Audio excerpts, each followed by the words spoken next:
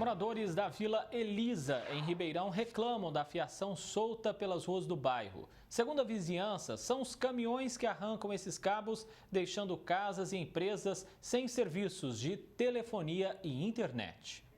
O emaranhado de fios soltos aparece no caminho de quem circula pelas ruas Tambaú, México, Bolívia e Taubaté, na Vila Elisa, zona norte de Ribeirão Preto. Os cabos brotam dos postes, se entrelaçam nos galhos das árvores, nas cercas elétricas e ficam pendurados.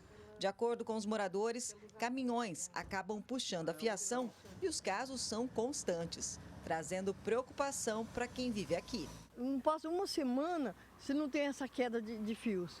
São caminhões grandes que passam aqui, eles vão passando, eles vêm de quarteirão e mais quarteirões, eles vêm arrastando tudo. É perigoso.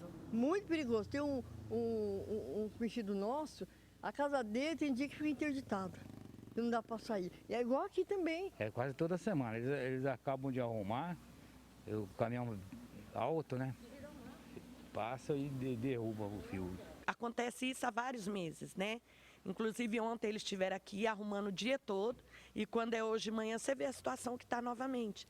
Aí do outro lado de lá também, para você ir no supermercado, você tem que ficar manobrando onde você vai pisar, para você não pisar no fio que está no chão.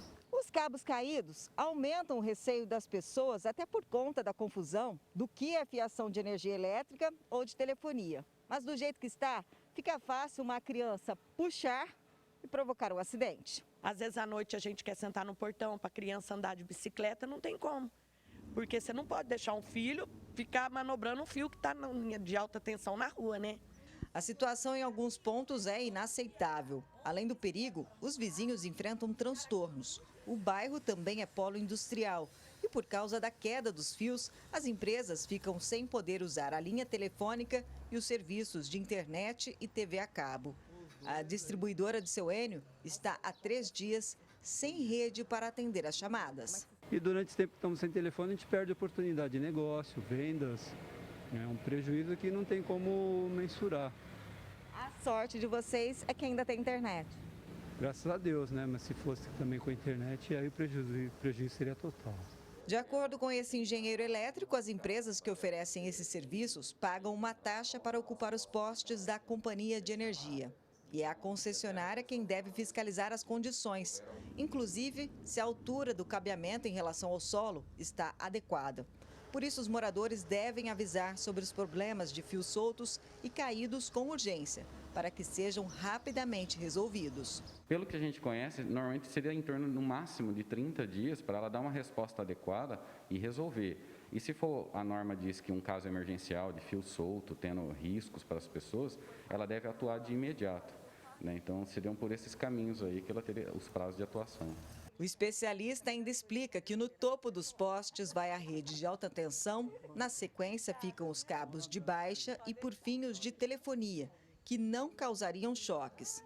Mas Geraldo destaca que o risco de acidentes não é nulo. As orientações técnicas que a gente recomenda é que não ponha a mão nos cabos, porque você não tem como saber só de olhar se é um cabo energizado, se é de telefonia, se é um de fibra ótica. Então, na dúvida, mantenha-se afastado e acione a CPFL para que ela possa verificar o que está ocorrendo.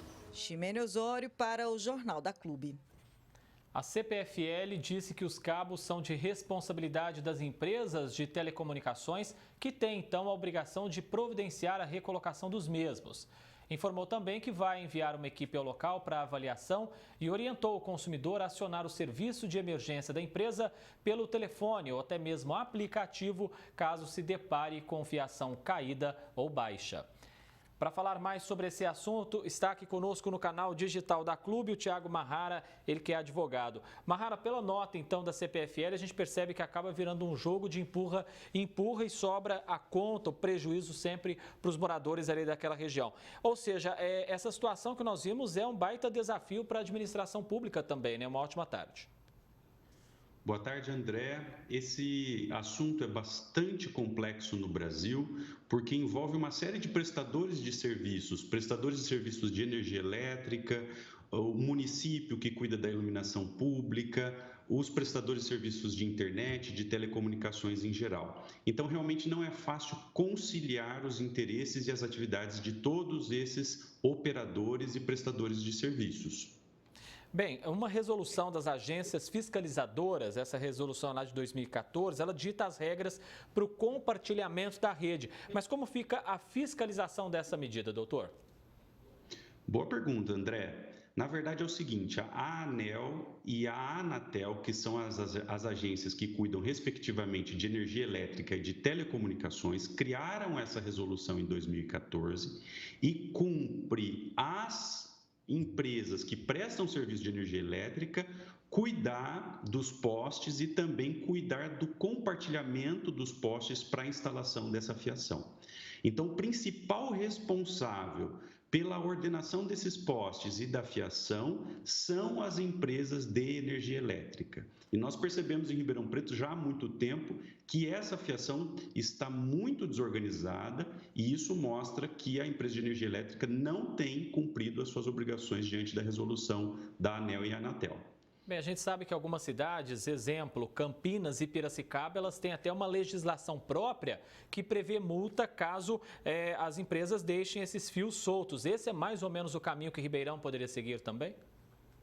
Na verdade, André, e aí eu tenho uma notícia boa, a Câmara de Vereadores de Ribeirão Preto, no ano de 2017, criou já uma lei para tratar especificamente desse assunto. Então, Ribeirão tem uma lei sobre esse assunto, que foi criada pela Câmara, e até uma história muito interessante, porque o prefeito se recusou a sancionar essa lei e a Câmara derrubou o veto e fez valer a lei. E, inclusive, se ajuizou uma ação de inconstitucionalidade, mas o Tribunal de Justiça disse que a lei é sim constitucional e, portanto, nós temos uma lei de Ribeirão Preto sobre esse assunto.